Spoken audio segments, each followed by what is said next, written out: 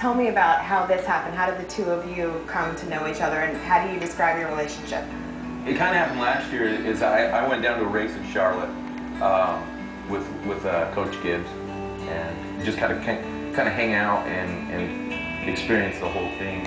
And we got to meet everybody and see the cars, and it was amazing. I mean, I had such a good time.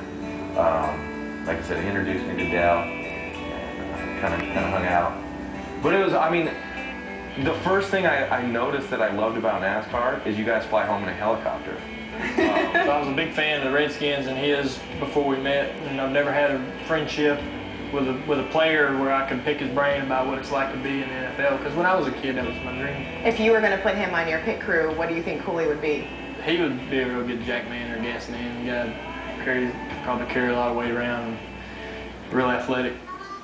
I want to ask you about the Western town. Can you tell me, how did that idea come up? What exactly is it that sparked that? You know, I got to the age where I was tired of tearing my house up and having to clean up the basement all the time. Willie Nelson did 60 Minutes back in the 90s, and he had this piece of property where it had an old movie Western set on it, and he fixed it up and finished it, and then he hung out in his saloon and said it was fun. So I was like, man, that ought to be pretty easy to build. I thought it was unbelievable. I mean, it could be a movie set. Yeah. It's real life. It's got a blacksmith and a church. The church is really, really cool. The sheriff's office is really, really cool. I had my uncles, Robert and Jimmy G, built me a couple jail cells, look real good. I really wanted to stay in the jail cell. I feel like that would have been appropriate. I don't know, man. I mean, it's really a bit over the top for no more than I use it. But, you know, when I'm gone and 40 years from now somebody stumbles on that thing, they're going to freak out. So that'd be kind of cool. I want to ask you guys both a little bit about pressure. And Chris, you obviously playing for a franchise that has such a winning tradition. How much pressure do you feel to keep that up? I think there is a lot of pressure for the Redskins, and also because we're playing in the NFC East, which, whatever anyone wants to say, I think is the toughest division in football. You have 4 teams every year that are extremely tough.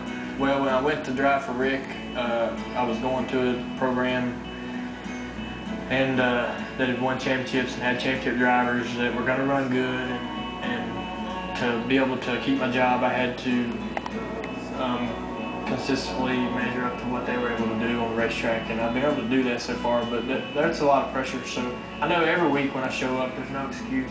I won't be able to fall back on any excuse for not being able to do what I'm supposed to do.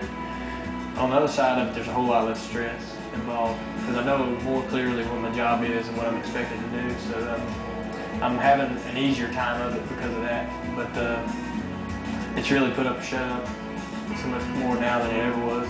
Last question for both of you guys. What is more difficult, going out there on the field, running up against 3 linebackers, or trying to go 3 wide on a track like your last lap of Michigan? They said we were going to race go-karts, and I was really nervous. I didn't want to race you in a go-kart. Yeah. I thought it would be fun. But you would lap me over and over. I'd be embarrassed. I'd give up everything I got to be Chris Cooley for a season. Are you serious? Hell yeah. Play for a whole season? Hell yes.